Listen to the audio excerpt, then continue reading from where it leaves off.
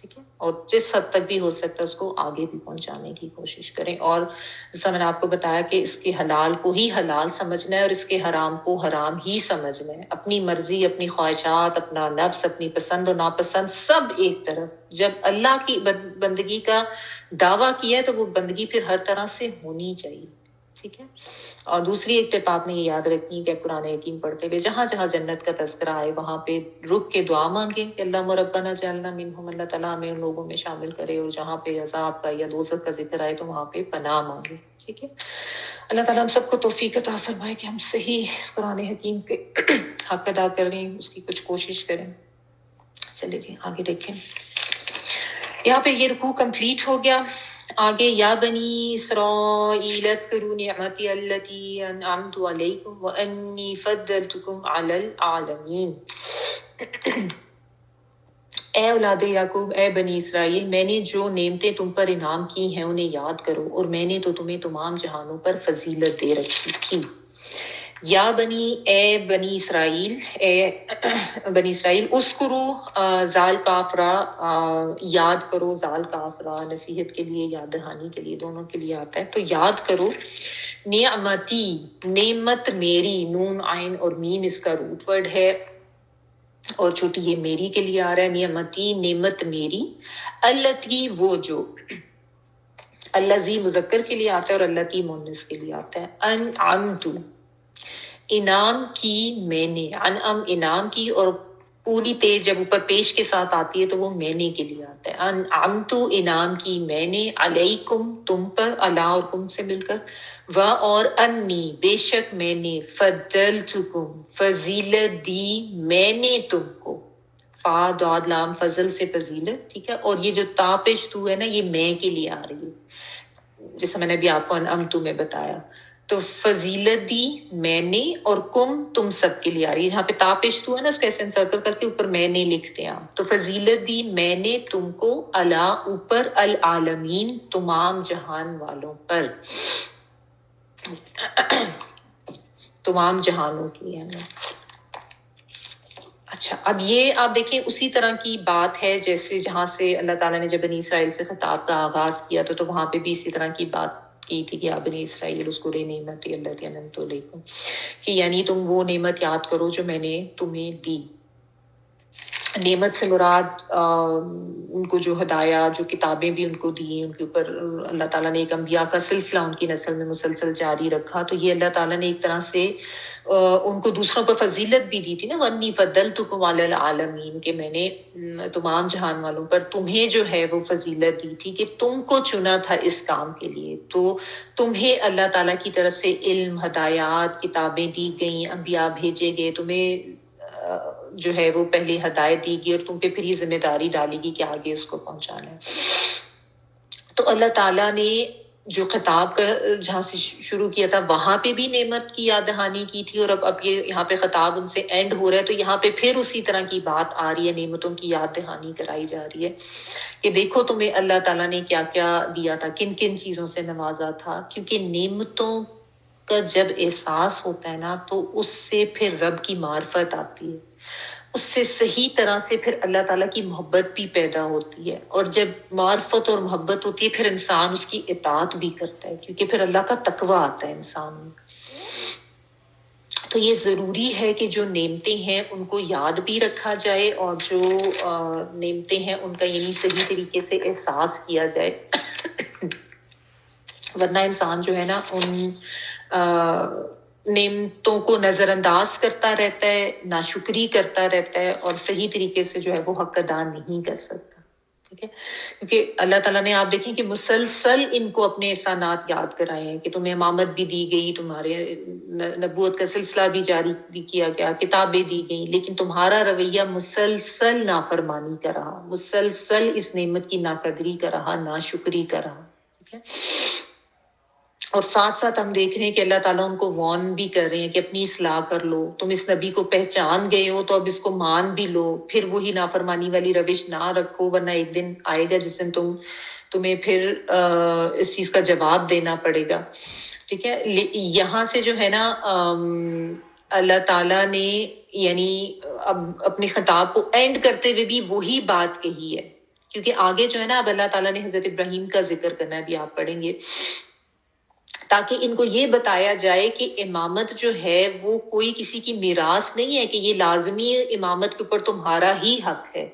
اس لیے اللہ تعالیٰ ان کو بار بار یہ بتاتے جا رہے ہیں کہ یہ ٹھیک ہے کہ اللہ تعالیٰ نے تمہیں چنا، تمہارے اندر مسلسل انبیاء کو بھیجے، لیکن تم نے کیا کیا؟ تم اپنا رویہ تو دیکھو، تم اپنا حال تو دیکھو، تم کیسے اپنی دین سے دور جاتے رہے، اللہ تعالیٰ کی دی ہوئی کتاب کی ناقدری ناشکری کرتے رہے، تو پھر ظاہر ہے تمہیں اللہ تعالیٰ نے اسی طرح ذلیل و رسوا کرنا تھا، اور اسی لیے تمہارے سے پھر اب یہ امامت جو ہے یہ چھین کر تو ہے بنی اسماعیل کو دے دی گئی ہے، کہ اس کی وجہ تم خود ہو، تم نے خود اپنے اس رحمت کی اور اس نعمت اور اپنے اوپر اس فضل کی جو ہے وہ اتنی ناشکری کی کہ اللہ تعالیٰ نے وہ نعمت تم سے اب چھین لی ہے، ٹھیک ہے؟ تو ان کو یہ باور کرایا جا رہا ہے کہ یہ کوئی میراث نہیں ہوتی، امامت جو ہے یہ اللہ تعالیٰ کی طرف سے اگر ملتی ہے تو اللہ تعالیٰ کا خاص انعام، خاص فضل ہوتا ہے، ٹھیک ہے؟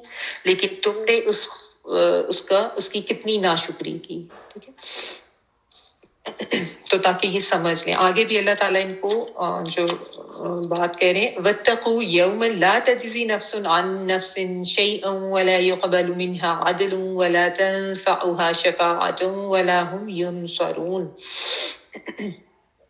اس دن سے ڈرو جس دن کوئی نفس کسی نفس کو کچھ فائدہ نہ پہنچائے گا، نہ کسی شخص سے کوئی فدیہ قبول کیا جائے گا، نہ اسے کوئی شفاعت نفع دے گی، نہ ان کی مدد کی جائے گی۔ وَاتَّقُوا اور ڈرو، واو قافیہ وقایا ڈرنا، تقوی بچنا، پرہیزگاری ان معنی میں آتا ہے۔ وَاتَّقُوا اور ڈرو، یومن اس دن سے، لا نہیں، تجزی کام آئے گا، جیم زے اور حمزہ جزا ہوتا ہے نا کسی چیز کی جزا یا بدلہ، یا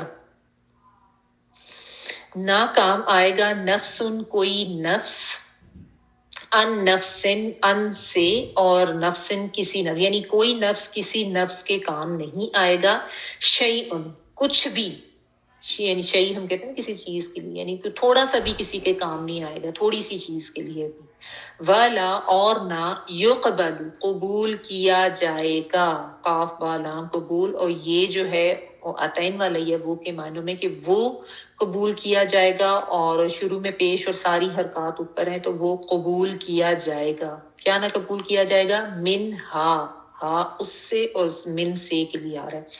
اب ہا جو ہے وہ مونس کے لیے آیا کیونکہ نفس کا ذکر آیا ہے پیچھے، اور نفس جو ہے وہ مونس کنسیڈر ہوتا ہے عربی میں، اور من سے کے لیے آتا ہے، من ہا اس سے، عدل کوئی بدلہ، ولا اور نہ، تنفعها نفع دے گی اس کو، یہاں پہ تے جو ہے نا یہ مونس کے لیے آ رہی ہے، آگے شفاعت کا ذکر آ رہا ہے جو کہ مونس ہے، ٹھیک ہے؟ روٹ اس کا نون فا اور عین ہے، اور ہا پھر ونس اگین مونس نفس کے لیے آ رہا ہے۔ لا تنفعها نہ نفع دے گی اس کو، شفاعتن کوئی، شین فا عین، شفاعت جو ہے یہ سفارش کے معنوں میں ہے، ٹھیک ہے؟ تو کوئی شفاعت ہی آپ لکھ لیں یا سفارش آپ لکھ لیں، ولا اور نہ، ہم وہ، ینصرون مدد دیے جائیں گے، نون صادرا، اور یہ جو ہے عطین والا نون صادرا روٹ ہے، وہ نون پلورل کے لیے، نہ وہ مدد دیے جائیں گے، آپ دیکھیں پیش سے بات سٹارٹ ہو رہی ہے، ساری حرکات اوپر ہے، تو وہ مدد دیے جائیں گے اس معنی میں۔ اچھا، تو یہاں پہ بھی ان کو دوسری چیز جو ہے وہ پھر آخرت کے دن کا احساس دلا کے اللہ تعالیٰ بات ان کو کر رہے ہیں کہ اس دن سے ڈرو جس دن کوئی نفس کسی دوسرے کے کام نہیں آئے گا، کوئی کسی کی سفارش نہیں کرے گا، کسی سے کسی قسم کا کوئی بدلہ نہیں لیا جائے گا۔ یہ سارے معاملات تو دنیا میں ہوتے ہیں نا کہ فلاں کی سفارش کر دو اور اس کو سپورٹ کر دو، وہاں پہ ایسا کچھ نہیں ہے، ہر کوئی اپنے اپنے اعمال کا ذمہ دار ہوگا، یعنی وہ آخرت میں اللہ تعالیٰ کے سامنے حاضر ہونے اور اپنے اعمال کے لیے جواب دہ ہونے کا جو احساس ہے نا، یہ ان کا بگڑ گیا تھا، یعنی آخرت کا عقیدہ تو ان کو تھا یہ اتنا مانتے تھے کہ آخرت آنی اور ہم نے اللہ کے پاس جانا ہے، لیکن اس عقیدے میں بگاڑ اتنا آ گیا تھا کہ یہ سمجھتے تھے کہ چونکہ ہم انبیاء کی نسلوں میں سے ہیں تو ہماری تو بخشش ہو جانی اور ہم نے تو سیدھا جانا ہی جنت میں۔ بھی ہم نے پڑھا نا پچھلی دفعہ بھی کہ انہوں نے کہا تھا کہ یہ سمجھتے ہیں کہ جو یہودی ہے وہ یا جو نصرانی ہے وہ وہی ہدایت والے ہیں اور وہی جنت میں جانے والے ہیں۔ تو یہ اللہ تعالیٰ ان کا آخرت کا عقیدہ بھی آپ دیکھیں بار بار ٹھیک کرتے رہے، اب یہاں پہ اینڈ پہ آ کے بھی پھر ان کو یہ بتایا جا رہا ہے کہ یہ اپنے آپ کو چوزن پیپل سمجھتے تھے اور یہ سمجھتے تھے کہ شاید ہر ایک کو سرٹیفکیٹ ملا ہوا ہے جنت کا، اور اتنا زیادہ ان کو یقین تھا اپنی آخرت کی کامیابی کا کہ یہ سمجھتے تھے کہ شاید ان کے لیے تو سب کچھ کرنا جائز ہے، جو بھی کر لیں انہوں نے تو جانا ہی جنت میں۔ اس لیے اللہ تعالیٰ یہ فرما رہے ہیں کہ یہ اس دن تو کچھ بھی ایسا معاملہ نہیں ہوگا، تم نے کیسے یہ ایک اپنا عقیدہ بنا لیا کہ تم ہی کامیاب ہو، باقی سب جو ہیں وہ ناکام ہے، اور تمہارے ہی نبی اور تمہاری تک جو کتابیں آئی ہیں بس وہیں تک ایمان لانا ضروری ہے، آگے جانے کی ضرورت نہیں ہے۔ اگر اس دن اللہ تعالیٰ جس طرح نبی صلی اللہ علیہ وسلم کو یا کسی کو سفارش کا حق دیں گے بھی تو وہ تو اللہ کے اذن کے ساتھ ہوگا، کون کرے گا، کس کی کرے گا، کس جرم کے لیے کرے گا، کتنی کرے گا، اگر اللہ کی اجازت ہوگی، ورنہ کوئی آ کر کسی کو نہیں چھڑا سکے گا، کوئی کسی کی مدد نہیں کرے گا، کوئی معاوضہ قبول نہیں ہوگا۔ وہاں پر صرف انسان کے ایمان کے تحت کیے گئے جو صحیح اعمال ہیں انہی کے مطابق اس کا جزا سزا کا فیصلہ ہوگا۔ تو کوئی اس کے اوپر تکیہ کر کے نہ بیٹھ جائے کہ بس یہ ہم نے تو جانا ہی جنت میں اور ہمارے لیے تو جنت جو ہے وہ پکی ہو گئی ہے، ٹھیک ہے؟ تو کوئی اس طرح کی وہ مدد نہ دیے جائیں گے، یہ بات اللہ تعالیٰ نے کر دی۔ اب آگے دیکھیں، جس طرح میں نے آپ کو بتایا تھا نا کہ حضرت ابراہیم علیہ السلام کا اللہ تعالیٰ ذکر کریں گے تاکہ ان کو یہ بتایا جائے کہ حضرت ابراہیم علیہ السلام کو جو اللہ تعالیٰ نے امامت دی تھی کیوں دی تھی۔ امامت کوئی کسی کا کوئی موروثی حق نہیں ہوتا، کوئی وراثت میں نہیں ملتی ہے۔ تو آگے دیکھیں اللہ تعالیٰ بتا رہے ہیں وَإِذِ ابْتَلَىٰ إِبْرَاهِيمَ رَبُّهُ بِكَلِمَاتٍ فَأَتَمَّهُنَّ قال انی جاعلک للناس اماما قال ومن ذریتی قال لا ینال عہد الظالمین۔ جب ابراہیم علیہ السلام کو ان کے رب نے کئی باتوں سے آزمایا اور انہوں نے سب کو پورا کر دیا تو اللہ تعالیٰ نے فرمایا کہ میں تمہیں لوگوں کا امام بنا دوں گا۔ وہ عرض کرنے لگے کہ میری اولاد کو، تو اللہ نے فرمایا میرا وعدہ ظالموں کے لیے نہیں ہے۔ اور اس جب ابتلا با لام واو بلا آزمائش اس کے لیے آتا ہے، مبتلا کا ورڈ بھی ہم اسی سے یوز کرتے ہیں، بلا بھی اسی سے ہی ہے۔ جب آزمائش کی، ابتلا آزمائش کی، کس کی؟ ابراہیم علیہ السلام کی۔ ربہ اس کے رب نے، بھی کلمات ساتھ کلمات کی، ٹھیک ہے، یعنی بہت سی باتوں کے اللہ تعالیٰ نے ان کو آزمایا۔ کلمہ جو ہے بامعنی بات کے لیے آتا ہے، سے مراد اللہ تعالیٰ کے احکامات یا جو بھی اللہ تعالیٰ نے ان کو کہا یا ان کے لیے آزمائشیں دی۔ تو اتمہن انہوں نے پورا کر دیا اس کو، تمام کر دیا، تامیم میم ہی اس کا روٹ ورڈ ہے جو اردو میں ہم تمام کہتے ہیں۔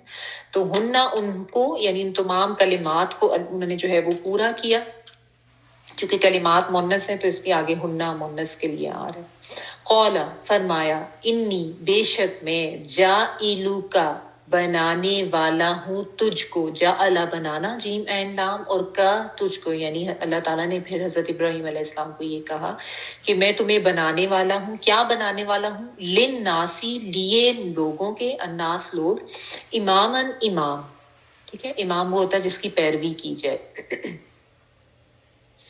تو سے ہے بیسیکلی، الف میم میم اس کا روٹ ورڈ ہے نا، ماں کے لیے آتا ہے، بچہ ہر چیز کے لیے ماں کی طرف دوڑتا ہے نا، اس کے لیے اس کا جو آپ کے لیے امام جو ہے اس کی ماں ہی ہوتی ہے جس کو وہ ہر طرف فالو کرتا ہے، ہر طرف ہر بات کے لیے اس کے پاس جاتا ہے، تو اسی روٹ ورڈ سے امام ہے۔ قولا کہا، یہ اب آگے حضرت ابراہیم کی بات آ رہی ہے، جو قولا لکھا ہوا ہے نا اس کے نیچے آپ حضرت ابراہیم علیہ السلام یہ لکھ لیں تاکہ آپ کو یاد رہے۔ قولا کہا، و اور من ذریتی میری اولاد میں سے، من سے کے لیے آتا ہے، ذریت جو ہے وہ اولاد کے لیے آتا ہے، اور چھوٹی میں کے لیے آ رہا ہے۔ زال را بھی اس کا روٹ ورڈ ہے، اور زال را حمزہ بھی۔ تو زال را جو ہے نا وہ چھوٹی چونٹیوں کے لیے آتا ہے، زرون جو ہے، اور زرع جو ہے وہ پھیلا دینا، پیدا کر کے پھیلا دینا، ٹھیک ہے۔ ذرہ بھی اسی سے ہی ہے جو کہ چھوٹی چھوٹی چیز کا ٹکڑا۔ تو ذریت اولاد ایسی ہی ہوتی ہے نا، آتی ہے پھر اس کے بعد اور آتی ہے، وہ پھیلتی جاتی ہے، ٹھیک ہے.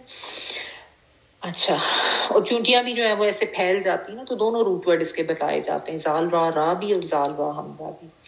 تو ذریتی، ذریت اولاد کے لیے آتا ہے، چھوٹی یہ میں کے لیے. قولا، اب یہاں پہ قولا جو ہے یہ اللہ تعالیٰ کے، اس کے نیچے بھی آپ بریکٹ میں لکھیں کہ اللہ تعالیٰ نے فرمایا، لا نہیں، ینالو پہنچے گا، نالا ینالو نون واو لام، جس چیز کی خواہش ہو اس کو پہنچنا، اس معنوں میں بیسیکلی آتا ہے. ٹھیک ہے، تو لا ینالو نہیں وہ پہنچے گا، اس میں یہ آتین والا ہی ہے وہ کے معنوں میں. ٹھیک ہے، نہیں پہنچے گا یا نہیں وہ اس کو ملے گا یا وہ پائے گا، عہدی عہد میرا.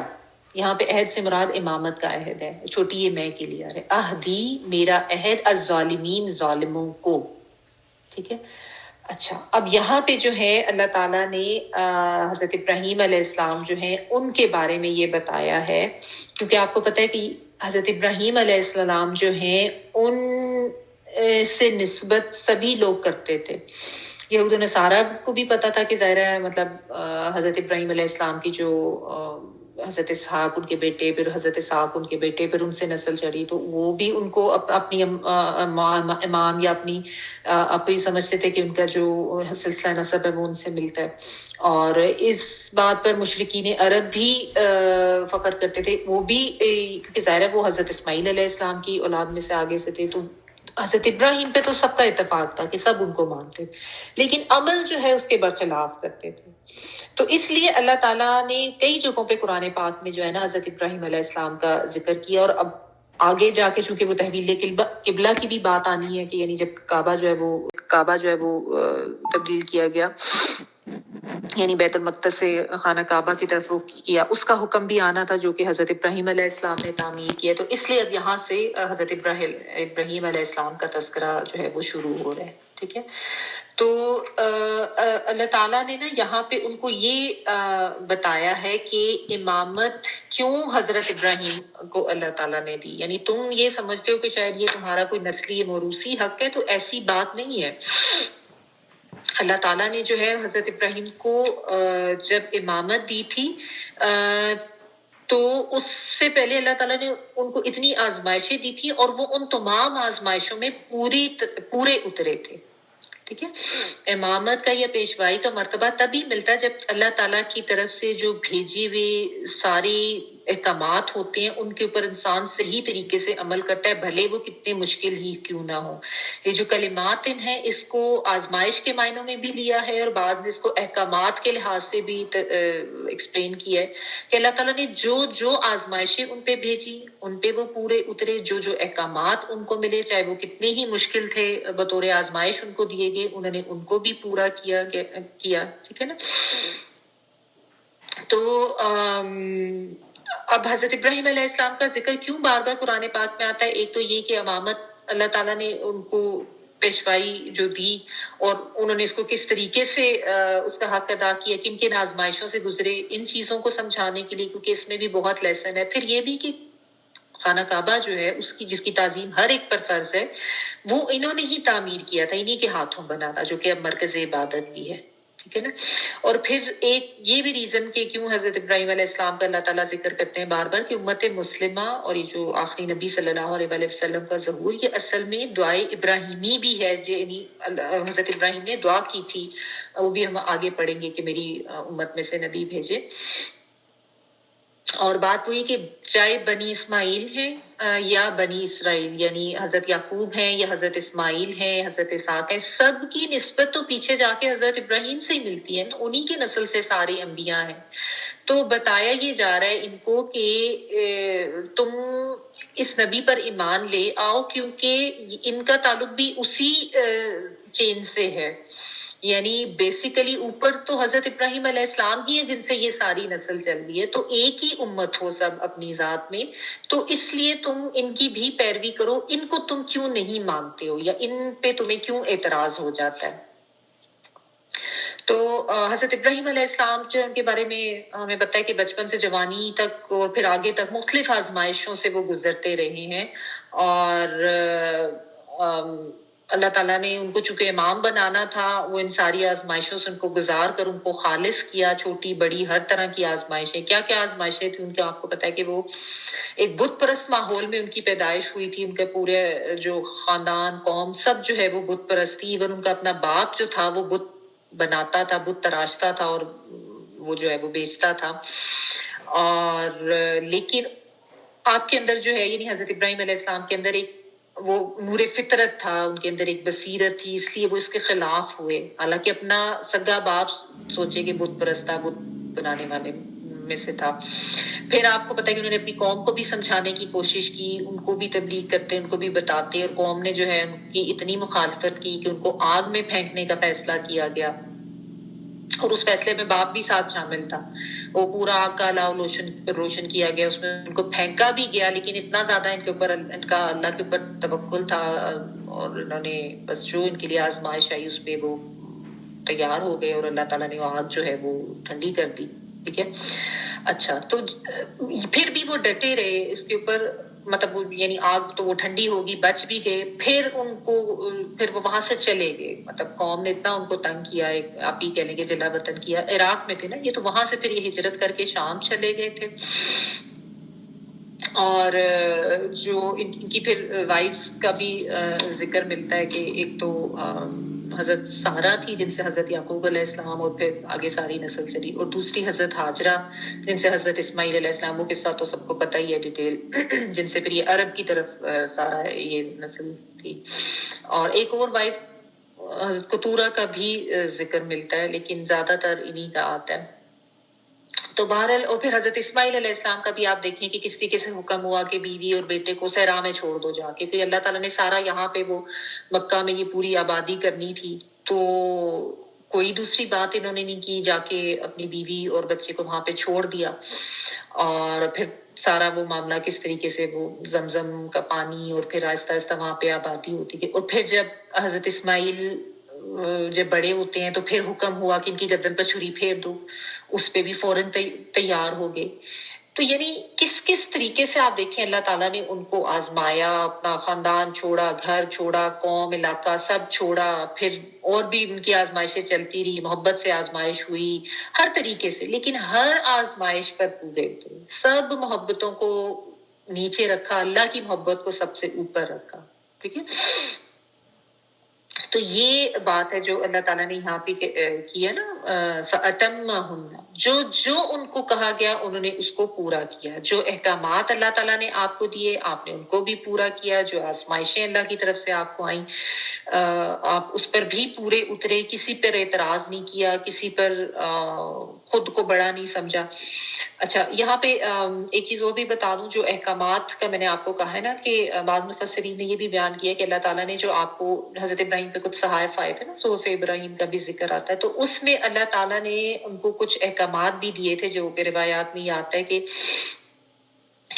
توحید کے بارے میں احکامات، پھر نماز، زکوٰۃ، نماز وغیرہ جو ہے نا، اور یہ زکوٰۃ، یعنی یہ اس طرح کے احکامات ہر شریعت میں رہے ہیں. ذرا اس کا تھوڑے طریقے جو ہیں وہ مختلف ہوتے تھے. تو توحید، نماز، زکوٰۃ، نیکی کا حکم، برائی سے بچنا، اور جو پھر پرسنل ہائیجین کے حوالے سے ناخن کاٹنا، بال تشوانا، مسواک کرنا، جمعے کو غسل کرنا، لغو باتوں سے پرہیز کرنا، قیامت پر اعتقاد رکھنا. ٹھیک ہے. اور روزے کا بھی آتا ہے اس میں. تو یہ کچھ باتیں کچھ مفسرین یا تفسیر میں آپ کو یہ بھی ملتی ہیں کہ یہ احکامات ان کو دیے گئے تھے جو کہ انہوں نے ہر طرح سے پورے کیے تھے، اور باقی ان کی آزمائشیں بھی ساتھ ساتھ تھیں. تو چونکہ ان کو امام بنانا تھا، اس لیے اللہ تعالیٰ نے ان کو خالص کیا اس قسم کے تمام معاملات سے گزار کر. دیکھیں کہ آزمائش جو ہے نا وہ کیوں ہوتی ہے؟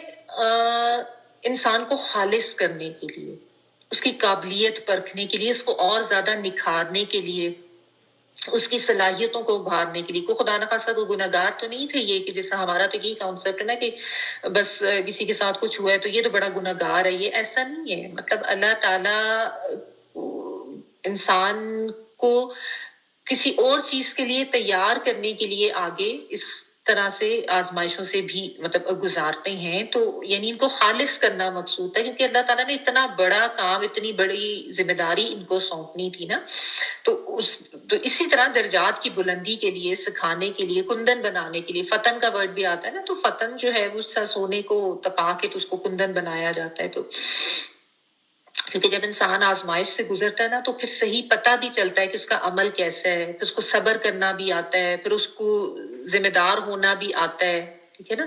مختلف طریقے سے مختلف آزمائشیں اللہ تعالیٰ کرتے ہیں، کبھی جان کی طرف سے، کبھی مال کی طرف سے، کبھی کوئی رشتوں کی طرف سے، کسی بھی طرح سے، ٹھیک ہے نا۔ تو یہ کھڑے کھوٹے کی پہچان کے لیے ہوتا ہے، تاکہ انسان نکھرے، اس کی صلاحیتیں اور زیادہ آئیں۔ تو حضرت ابراہیم علیہ السلام کی بھی جو یہ آزمائشیں تھیں، اور پھر حضرت ابراہیم علیہ السلام کی جو جد و جہد تھی وہ بھی بہت زیادہ تھی آگے۔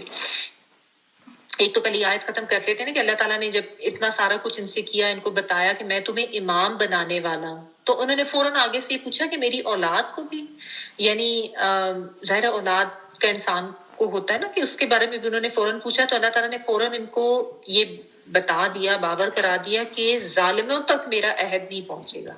تو یہاں پہ عہد سے مراد وہ امامت کا عہد ہے، یعنی بہت سے انبیاء ان کی نسل میں پھر آئے، لیکن جس نے غلط کیا وہ اپنی جو ہے وہ اس چیز کو بھگتے گا، یعنی جو اپنے دین سے یا اپنی اللہ کے بتائے ہوئے راستے سے دور ہوگا۔ تو یہاں پہ یہ بتانا اس لیے بھی مقصود ہے کہ یہود نصارہ کو بھی کہ اگرچہ تم حضرت ابراہیم کی اولاد میں سے ہو، لیکن اب تم سے امامت لے کر بنی اسرائیل میں اس لیے دی جا رہی ہے کیونکہ تم نے ظلم کیا اپنی جانوں پر، تم نے اس کا حق ہی ادا نہیں کیا۔ تو میرا جو عہد ہے امامت کا وہ ظالموں کے لیے تو ہے ہی نہیں۔ اللہ تعالیٰ نے ساری ان کی جو برائیاں اور جو نافرمانیاں تھیں ان کو ساتھ ساتھ گنوایا، اور اب ان کو یہ بتایا جا رہا ہے کہ تم یہ مت سمجھو کہ ابراہیم کو جو امامت ملی تھی وہ کوئی موروثی حق تھا، یا وہ حق تمہارے پاس آ گیا ہے کہ اب تمہیں وراثت میں یہ چیز ملنی چاہیے، ایسی بات نہیں ہے۔ ان کو اللہ تعالیٰ نے جو امامت دی تھی اس کے پیچھے یہ وجہ تھی کہ انہوں نے اپنے آپ کو اس قابل کیا تھا، ظاہر کیا تھا اپنے آپ کو، اس چیز کا ثبوت دیا تھا کہ وہ امامت کے لائق ہیں، جبکہ کوئی یہ کسی کا حق نہیں ہے۔ تو تم لوگوں نے اگر ظلم کیا ہے تو اب، کیونکہ میں نے آپ کو بتایا نا آگے تحویل قبلہ کا حکم آ رہا ہے، تو ان کو یہ بتایا جا رہا ہے کہ اب تم سے امامت لے لی گئی، ٹھیک ہے۔ اچھا، تو اس میں پھر یہ بھی ہے کہ ہم بھی ذرا دیکھیں کہ ہم اپنی اولاد کے لیے کیا چاہتے ہیں، اپنی اولاد کے لیے بھی ضرور دعا کریں، اور اولاد میں پھر سے بھی ظاہر ہے کچھ زیادہ بعمل ہوتے ہیں، کچھ نہیں ہوتے، تو اپنی اولاد کے لیے دعا ضرور کریں۔ آگے بھی ہم دیکھیں کہ حضرت ابراہیم کس طرح سے دعا کرتے ہیں اپنی ذریت کے لیے۔ بہرحال حضرت ابراہیم کی جو ٹائم کتنا رہ گیا ہے، 2-3 منٹ ہو رہے ہیں۔ اچھا، حضرت ابراہیم کی جو تبلیغ کی جد و جہد تھی وہ میں تھوڑا سا بتا دوں کہ اللہ تعالیٰ نے جب ان کو یہ امامت دی تو کافی بڑے لیول پر انہوں نے یہ کام کیا۔ پہلے تو یہ عراق سے جس طرح چلے گئے تھے نا شام، تو پھر وہاں سے انہوں نے شام، فلسطین، اس علاقے تک انہوں نے اللہ تعالیٰ کا دین پھیلایا، اور پھر عرب کی طرف بھی گئے، یہ جہاں پہ صحرا میں چھوڑا تھا، پھر وہاں تک بھی انہوں نے اللہ تعالیٰ کے دین کو پھیلایا۔ پھر ان کے جو اپنے بھتیجے تھے حضرت لوط، ان کو اردن کے علاقے میں بھیجا، پھر ان کے جو آگے بیٹے حضرت اسحاق علیہ السلام کو نبی بنایا، ان کو شام و فلسطین کے علاقے میں بھیجا، اور عرب میں تو ظاہر اپنے بیٹے حضرت اسماعیل علیہ السلام کو اس کام کے لیے انہوں نے مامور کیا۔ پھر اللہ کے حکم سے وہاں پہ انہوں نے اللہ کا گھر بھی تعمیر کیا مکہ میں۔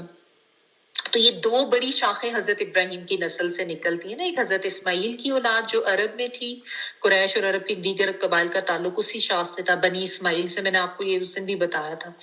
اور پھر دوسرے جو ہے یہ حضرت اسحاق اور ان کے بیٹے حضرت یعقوب، یہاں سے یہ دوسری نسل حضرت یعقوب کا لقب تھا بنی اسرائیل، جن سے پھر یہ یہود اور نصارہ جو انہوں نے اپنے فرقے بنا لیے، پھر انہی میں حضرت یعقوب علیہ السلام، پھر حضرت یوسف، پھر حضرت موسیٰ، حضرت ہارون، اور حضرت داؤد، حضرت سلیمان، یا حضرت یحییٰ، حضرت عیسیٰ علیہ السلام، تو بہت سے پیغمبر آئے۔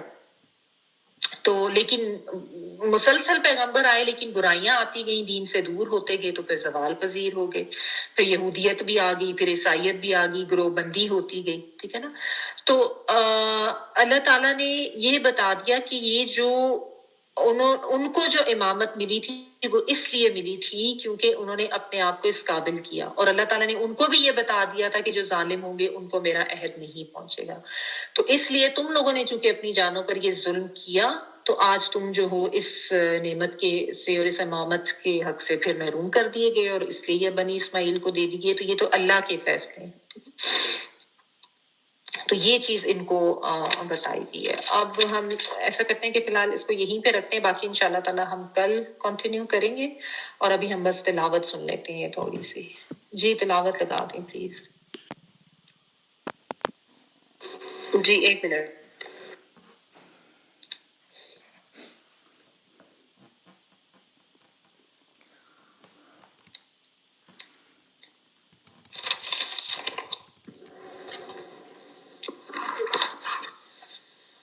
الذين آتيناهم الكتاب يتلونه حق تلاوته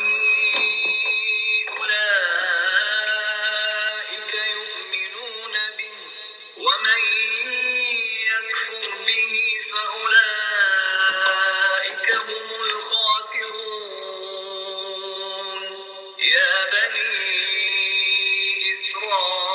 إسرائيل اذكروا نعمتي التي أنعمت عليكم وأني فضلتكم على العالمين. واتقوا يوما لا تجزي نفس عن نفس شيئا ولا يقبل منها عدل ولا تنفعها شفاعة ولا هم ينصرون. وإذ ابتلى إبراهيم ربه بكلمات فأتمهن قال إني جاعلك للناس إماما قال ومن ذريتي قال لا ينال عهد الظالمين. سبحانك اللهم وبحمدك نشهد ان لا اله الا انت نستغفرك ونتوب اليك. سبحان ربك رب العزة عما يصفون وسلام على المرسلين والحمد لله رب العالمين. بارک اللہ لی ولکم فی القرآن العظیم ونفعنی وإیاکم بالآیات وذکر الحکیم. دعا کر لیجیے.